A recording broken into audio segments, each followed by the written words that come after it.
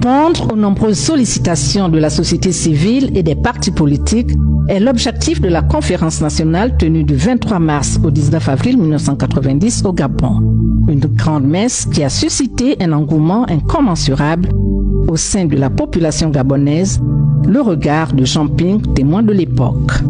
1990, c'est une période assez particulière. D'abord, je dois rappeler, parce qu'il est important de le dire, que tous les grands de ce monde étaient là. Henri Minko, en particulier, était là. Autour du président Omar Bongo Ondimba. Il y avait Jabo, Jules Baudet Sogolédé, qui était là.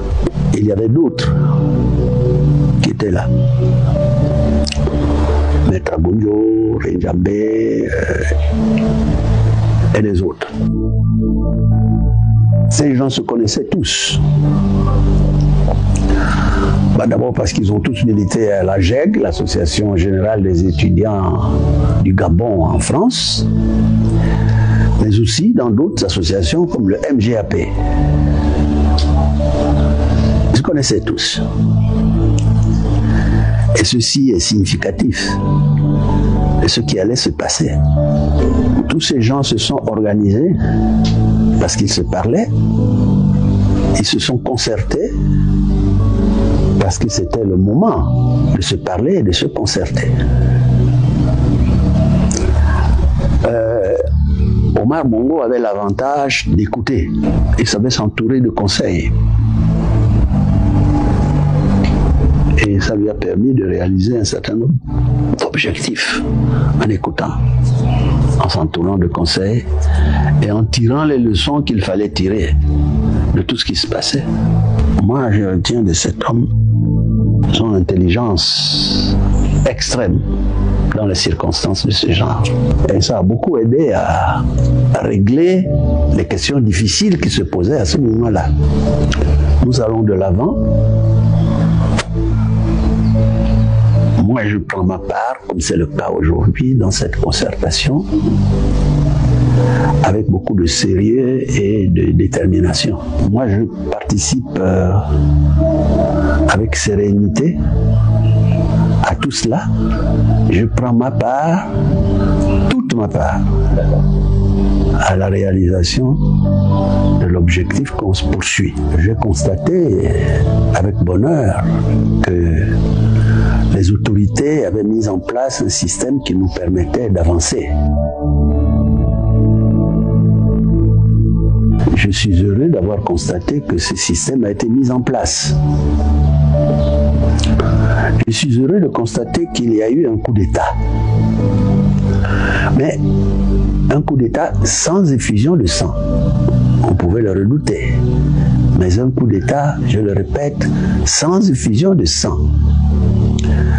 C'est inédit en Afrique. Et je dis bravo à ceux qui ont pu faire ça sans verser le sang. Je dis bravo. Candidat à l'élection présidentielle de 2016, Jean Ping, incarnation de l'opposition qui a transformé le dialogue d'Angondje de 2017 en monologue par son absence, est aujourd'hui disposé à accompagner le processus de restauration impulsé par le CTRI, le Comité pour la transition et la restauration des institutions.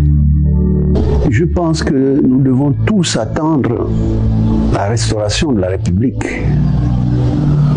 le retour à un ordre constitutionnel apaisé et la poursuite des objectifs que nous nous sommes tous engagés à atteindre.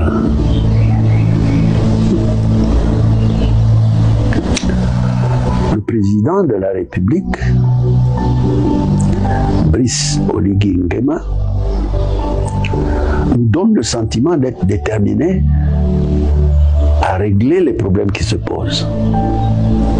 Nous comptons donc sur lui pour régler ces problèmes. Et nous allons l'accompagner avec tous les moyens qui sont à notre disposition pour permettre au pays de revenir à un ordre normal. Je crois qu'il y a tellement de choses qu'on attend de lui que tous nos regards sont tournés vers lui. Les choses sont nombreuses. Je pense que la première chose à citer est que tout le monde attend de lui qu'il restaure la paix, la stabilité et le bien-être des Gabonais. Ce sont des choses qui ne sont pas simples, mais qu'il est appelé à réaliser par la mission qui lui a été confiée par les hommes et par Dieu. J'ai toujours dit, et je le répète à nouveau, que nous souhaitons un Gabon à l'abri de la peur et à l'abri du besoin. Un Gabon qui puisse vivre en paix et en harmonie avec tous ses voisins, notamment ceux d'Afrique centrale. Tout le passé vient s'ajouter pour éclairer le présent et l'avenir. Je pense que nous avons connu beaucoup de problèmes. Et ces problèmes sont tous là, connus. Depuis le hold-up électoral, à nouveau, nous allons faire tout ce qui est en notre pouvoir pour l'accompagner. Je répète souvent une phrase de l'académicienne qui disait que dans une guerre civile, les amis d'aujourd'hui sont nécessairement nos amis de demain. Les ennemis d'aujourd'hui sont nécessairement nos amis de demain. Parce que nous ne pouvons pas faire autrement, nous vivons dans une même nation. Mais cela étant dit, il faut que chacun mette la part. Que ceux qui doivent se repentir puissent apprendre à se repentir. Ceux qui ont fait tant de mal à ce pays puissent s'amender. L'amnistie est une question qui est dans l'ordre des choses. Mais il ne peut pas y avoir d'amnistie sans justice. Il faut donc une justice. Elle sera suivie d'une réconciliation nationale qui s'impose. On n'a pas le choix, on vit dans un même pays. Je le répète encore une fois, nous sommes dans toutes les dispositions d'esprit pour accompagner le président Oligui dans la réalisation de la mission historique que le pays lui a confiée, que Dieu lui a confiée. Et nous sommes tout à fait prêts, sereins, pour l'aider à réaliser cet objectif. Je crois qu'il faut tirer les leçons. De tout ce qui s'est passé, il faut tirer les leçons. Nous sommes là pour ça. Il faut regarder ce qui s'est passé, il faut corriger ce qu'il y a lieu de corriger, il faut amender ce qu'il y a lieu d'amender. Voilà.